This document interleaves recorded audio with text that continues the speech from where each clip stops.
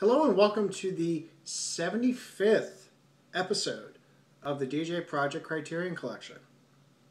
We're halfway through, folks.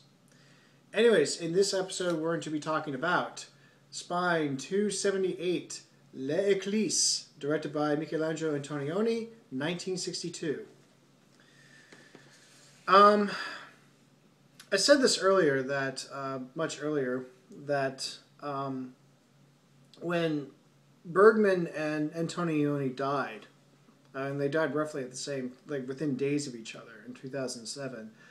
I said that I was more affected by Antonioni's death than I was with Bergman's, and by that I mean when I heard that he died, I felt something more in hearing about his death than I did with Bergman's, and a lot of it had to do with that at the time I liked Antonioni more than I did Bergman.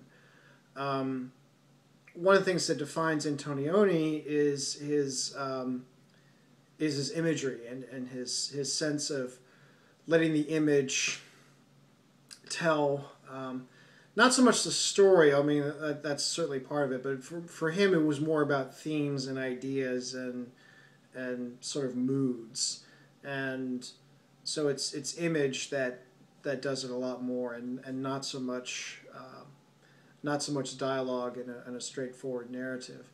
In fact, his narratives are more oblique than anything. So, and I also say that I still felt something, even though comparatively I've seen more of Bergman's films than I have seen of Antonioni's films.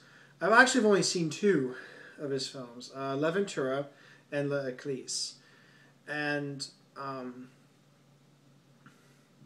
so, anyway, L'Eclisse is the third part of what is considered a trilogy that Antonioni did. It started with L'Avventura in 1960, and then La Nota in 1961, and then L'Eclisse in 62. This can be called the Modern Trilogy or the Alienation Trilogy. And yes, you can even expand it. You can arguably expand it to a quadrology. Quadrology. Yes, I can talk. If you want to include it in Red Desert, all four films have Monica Vitti in it, but I guess I could argue it either way. So I guess for convenience sakes, I'm just gonna keep it to just to it as a trilogy. So this is the final part of this trilogy, and what ties the films together are its themes, and particularly it's looking at modern Italy, and each film has a distinct geography to it. L'Avventura is set in Sicily. La Nota is set in Milan. And finally, L'Eclisse is set in Rome. Now, the basic story, if you will, again, the narratives are a bit more oblique. And also in a nutshell, it centers on a woman named Vittoria, played by Monica Vitti. And it actually starts with the end of one relationship she's in with Riccardo, played by Francisco Rabal, and then in the process she then gets into another relationship with Pero, played by Alain Delon, who works at the Rome Stock Exchange, and in fact she only goes there because her mother goes there, played by Lilia Brignon, who looks eerily like Anna Magnanini. Magnani. Yeah, there we go. Yes, I can still talk. But no, that's definitely not her. And yes, it's interesting to note that this came out the same year as Mamma Roma, another film that's talks about modern life in Rome. But in two completely different approaches. I like Antonioni's more than I do with Pasolini's, but that's just me. But anyway, and they start a relationship, and it's it runs into sort of the same problems. There's a feeling of disconnect. There's things that are not spoken. There are things that are left unquestioned. Victoria likes saying, "I don't know a lot," and Pero is kind of frustrated by all of this, um, and it's just kind of an illustration of just the disconnect that you can have in not just in any romantic relationships, but in most other relationships. There's a there's a ever constant strained relationship she has with her mother, and part of it is that her mother is playing the stock market and wants to get raise a fortune, and then one day she does really well. The next day it all goes to hell, and she gets quite upset by the whole thing. So there's that kind of relationship strain.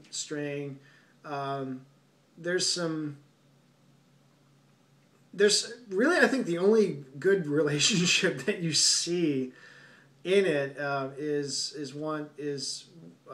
between Victoria and Anita.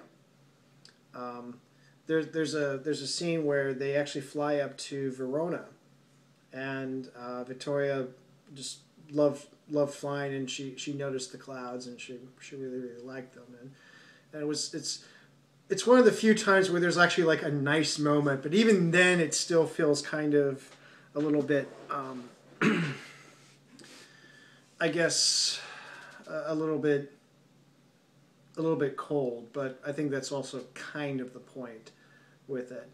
So yeah, it's one of those films where the first time you see it, you're trying to get a sense of what each scene is supposed to be and how everything fits, and even to some extent the timeline of it all. But I think that I think once you get past that there are some rewards. I think this is a case where it's good that the images and the way the performances were done, this sort of coldness and detachment, it's all done to make a point. And interestingly, it kind of answers a critique that was once that Tom Lehrer once gave, and he said thus: one thing you notice these days in books and plays and movies are characters who have the inability to communicate with the people they love. Husbands and wives who can't communicate, children who can't communicate with their parents, and so on. And the characters in these books and plays, and in real life, I might add, spend hours bemoaning the fact that they can't communicate. I feel that if you can't communicate, the very least you can do is to shut up. So, you shut up in Antonioni, and the dialogue is effective. It's not quite sparse, but it's also it's not verbose. It's appropriate in the right moments, and the sparsity really comes through in the more romantic affairs. But yeah, I like. I mean, I like the film, and I really like Antonioni, and I do need to get more into him. I do need to see. I haven't seen La Nota, and I do need to see that. I haven't seen Red Desert or Zabriskie Point or Blow Up. I haven't had the chance to see Blow Up yet.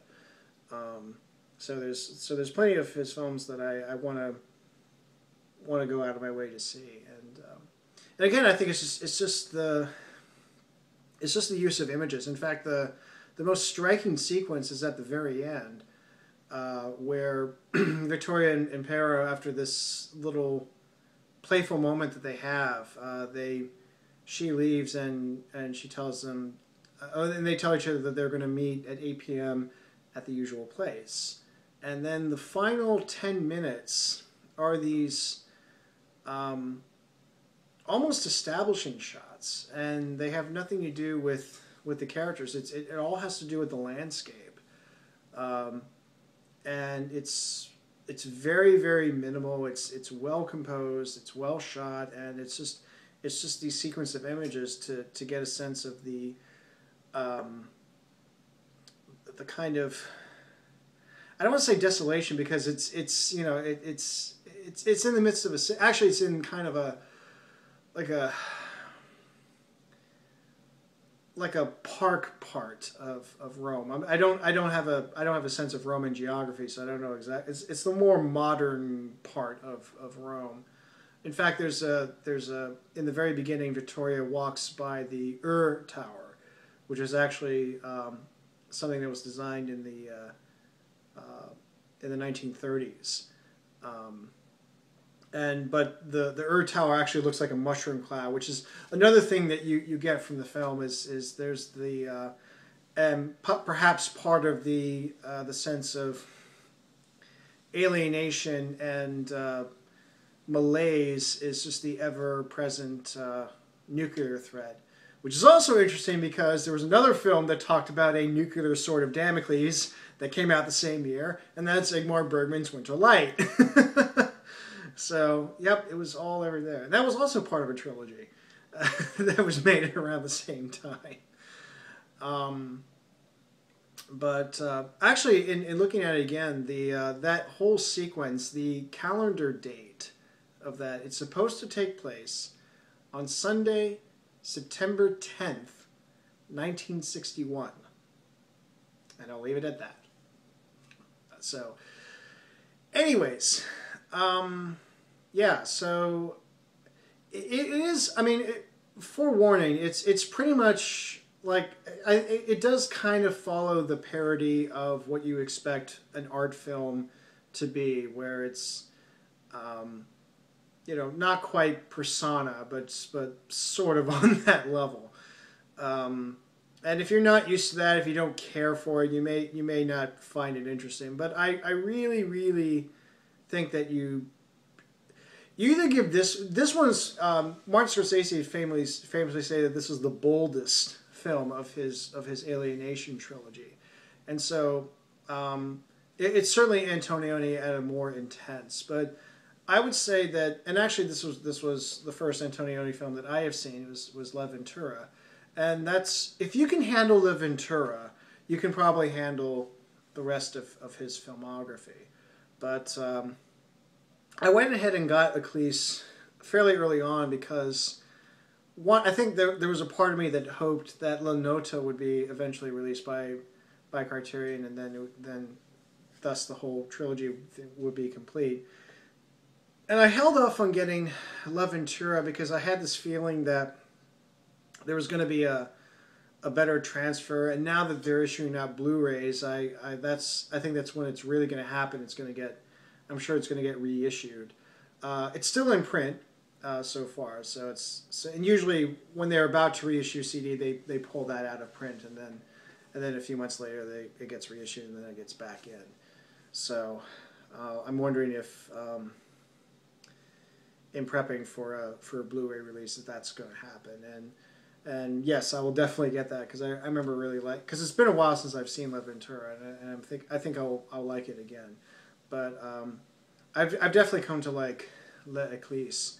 And in a strange way, given the way I just described the structure of it, I also have this feeling that maybe this film also informed some of what I wrote, because, again, On Nights Like This, it starts with a breakup and then it goes into another relationship. There's not a duplication of... it's not like she falls in love with the same man. But I will say that there's probably a similar play out where there are sentiments that are exchanged, but then there's also a lot of misunderstandings and a lot of disconnect where he's thinking one thing, she's thinking something else, and the two never really meet, and you never really get the sense that there's a closeness. And again, that could be frustrating, but also I feel that that's the point. And it's done in a very, and I think I like this because it's done in a very subtle way. I mean, you can just see it, you can see it on screen. It doesn't take a whole lot to say. It's not like it comes out obvious. It just comes through in the image. It's much more subtle. And I appreciate subtle more than I do just overt telling, like, you're being alien, like, this is alienating, and it avoids that, and I think that makes it work. So yeah, halfway through. So yeah, but we got a lot more to cover. So here's to 75 more. And that was L'Eclisse. And until next time,